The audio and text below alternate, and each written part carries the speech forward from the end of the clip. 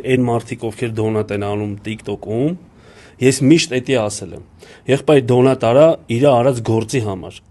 Просто Վազգենի ասացի պես չէ, просто նստածած մը վագր ուղարկեք ուղարկում են։ Վագր մի ուղարկ, ինձ վիդեոյի տակ, խոսքի քո վիդեոն դուրս եկել է,